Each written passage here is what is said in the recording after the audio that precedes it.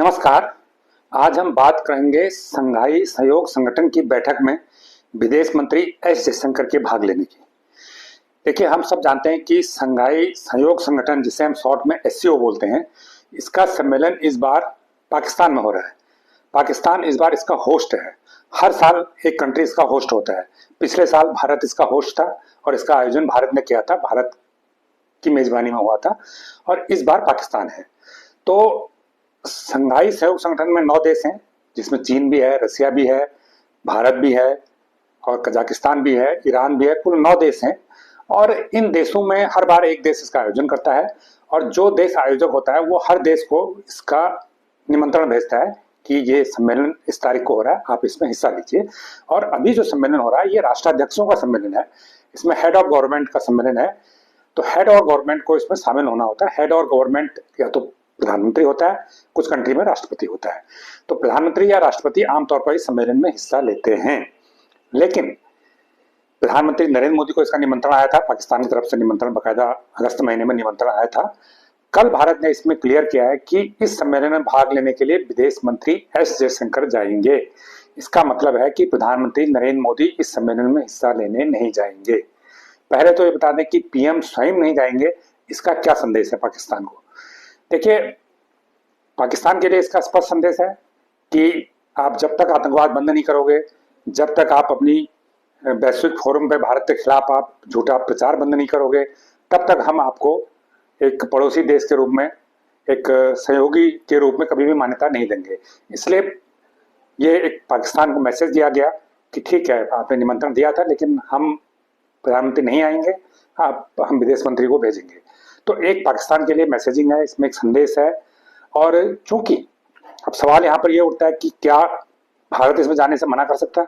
नहीं, भारत मना इसलिए नहीं कर सकता, इसलिए नहीं करना चाहिए क्योंकि ये आयोजन पाकिस्तान का नहीं है।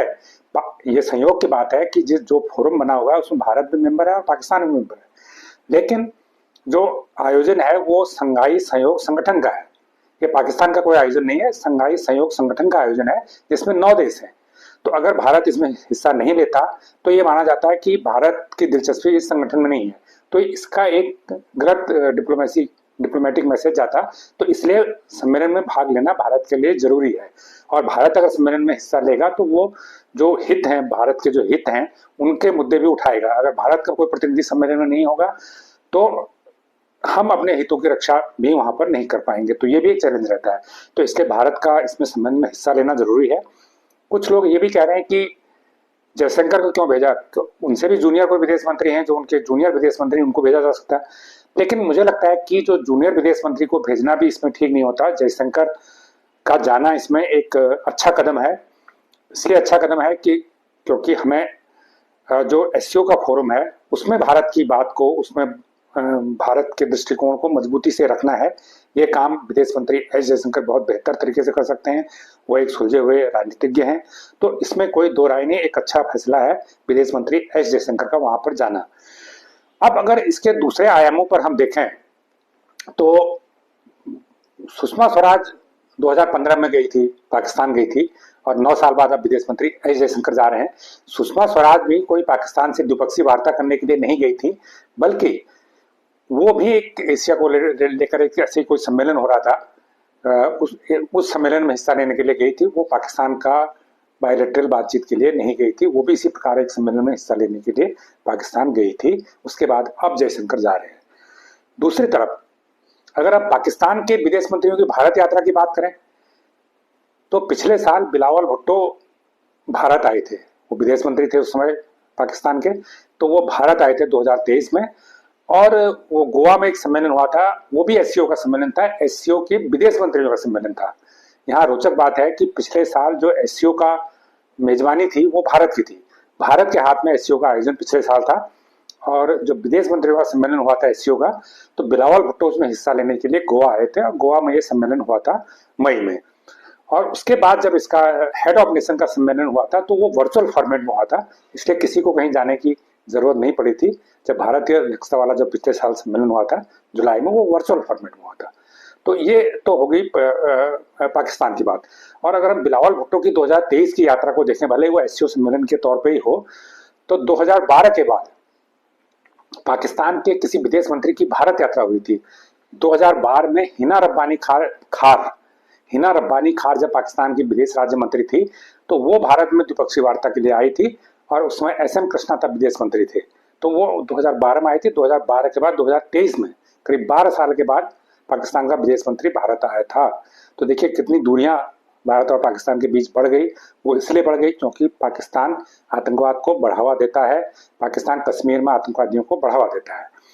अब अगर हम प्रधानमंत्रियों की बात करें तो भारत और पाकिस्तान के प्रधानमंत्रियों का आना जाना कब हुआ? देखिए 2014 में जब केंद्र में सरकार बदली थी, नरेंद्र मोदी प्रधानमंत्री बने थे, तो उन्होंने शपथ ग्रहण समारोह में पड़ोसी देशों के तमाम राष्ट्राध्यक्षों को बुलाया था। उसमें पाकिस्तान के प्रधानमंत्री नवाज शरीफ उस समय थे, उनको भी आमंत्रित किया गया था। वो आए भी थे, बातचीत भी हुई थी और उनकी खूब खातिरदारी भी हुई थी। एक अच्छा माहौल बना था, अच्छी शुरुआत हुई थी। प्रधानमंत्री नरेंद्र मोदी ने एक अच्छी पहल की थी कि भाई पाकिस्तान को भी आमंत्रित किया जाए। वो तो उसमें सरकार में आए थे, तो एक ये मैसेज था कि अब तक जो भी हुआ अब हम एक नई शुरुआत करते हैं। लेकिन ठीक है, उसके बहुत ज्यादा उसका कोई तुरंत नतीजा देखने को नहीं मिला और तुरंत नतीजा देखने को मिलता भी नहीं है। लेकिन उसके बाद 2015 में जब प्रधानमंत्री नरेंद्र मोदी अफगानिस्तान से लौट रहे थे तो वो नवाज शरीफ से मिलने अचानक पहुंच गए थे। नवाज शरीफ के घर में कोई विवाह समारोह था, तो वो इसमें हिस्सा लेने के लिए प्रधानमंत्री ने एक सरप्राइज विजिट पाकिस्तान की कर दी थी। तो एक साल के भीतर ही दोनों नेताओं की दूसरी मुलाकात हुई थी। लेकिन इसके बाद एक एयरबेस पे, भारत के एयरबेस पे पंजाब में हमला हुआ और उसमें आतंकवादी हमला हुआ। बाद में जांच हुई, ये पता चला कि आतंकवादी पाकिस्तान से आए थे, उसमें आईएसआई का हाथ था। तो इससे जो है एक जो अच्छा माहौल बना था, जो एक साल के भीतर दो प्रधानमंत्रियों, एक डेढ़ साल के भीतर दो प्रधानमंत्रियों की दो मुलाकातें हो गई थी, वो जो एक संबंध अच्छी पटरी पर आने की कोशिश कर रहे थे वो फिर पटरी से उतर गए और वो संबंध फिर पटरी पे नहीं चढ़ पाए।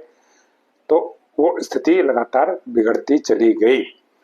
अगर हम बीजेपी सरकार से पहले की बात करें तो प्रधानमंत्री मनमोहन सिंह कभी पाकिस्तान नहीं गए, जबकि मनमोहन सिंह का जन्म पाकिस्तान में हुआ था। वो पाकिस्तान जाना भी चाह रहे थे, लेकिन वो इसलिए पाकिस्तान नहीं गए क्योंकि उनको ये लगता था कि अगर वो पाकिस्तान यात्रा करेंगे तो प्रमुख विपक्षी दल इसको बड़ा मुद्दा उनके खिलाफ, राजनीतिक मुद्दा उनके खिलाफ बना देगा।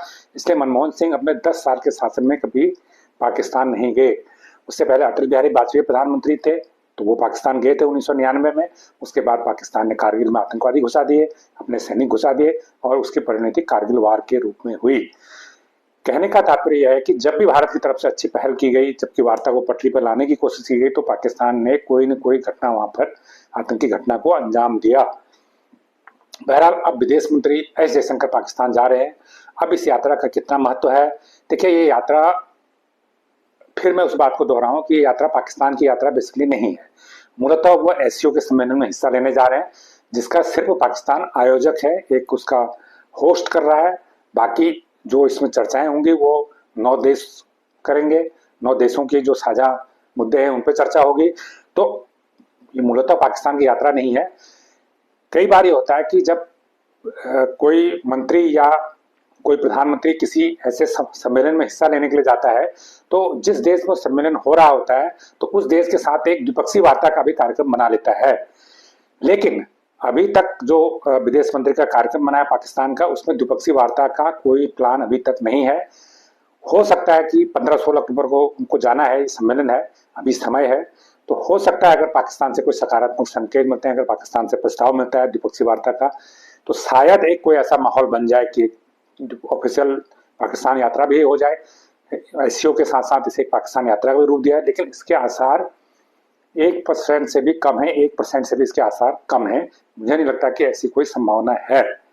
तो एक तो ये रही कि एक यात्रा होती है किसी सम्मेलन में हिस्सा लेने के लिए, दूसरी होती है कि सम्मेलन के साथ साथ उसे एक आधिकारिक यात्रा भी बना दिया जाए, एक ऑफिशियल विजिट भी बना लिया जाए। तो वो उसकी संभावना अभी तक नहीं है, आसार बहुत कम है। तीसरा, एक ऐसे मौकों पर एक और डिप्लोमेसी को बढ़ाने का एक मौका और मिलता है। वो जो होता है कि अचानक एक साइडलाइन की वार्ता हो जाती है। इसमें कुछ निर्धारित नहीं होता, पहले तय नहीं होता, लेकिन जब एक फोरम पे सारे देशों के विदेश मंत्री या प्रधानमंत्री बैठे होते हैं और अचानक दो प्रधानमंत्रियों के बीच में या दो विदेश मंत्रियों के बीच में एक बैठक शेड्यूल हो जाती है और अचानक बातचीत हो जाती है साइडलाइन पे। और जब बातचीत होती है, और जाहिर सी बात है अगर भारत और पाकिस्तान के विदेश मंत्री बात करेंगे तो वो कुछ खाने पीने या चाय पानी पे तो बात करेंगे नहीं। तो दोनों देशों के संबंधों पे बात करेंगे। अगर अनप्लान्ड भी है तो जाहिर है कि वो अपने अपने जो मुद्दे हैं वो आपस में बात करेंगे। तो अचानक एक साइडलाइन वार्ता इसे बोलते हैं, तो साइडलाइन बातचीत होने की एक संभावना रहती है।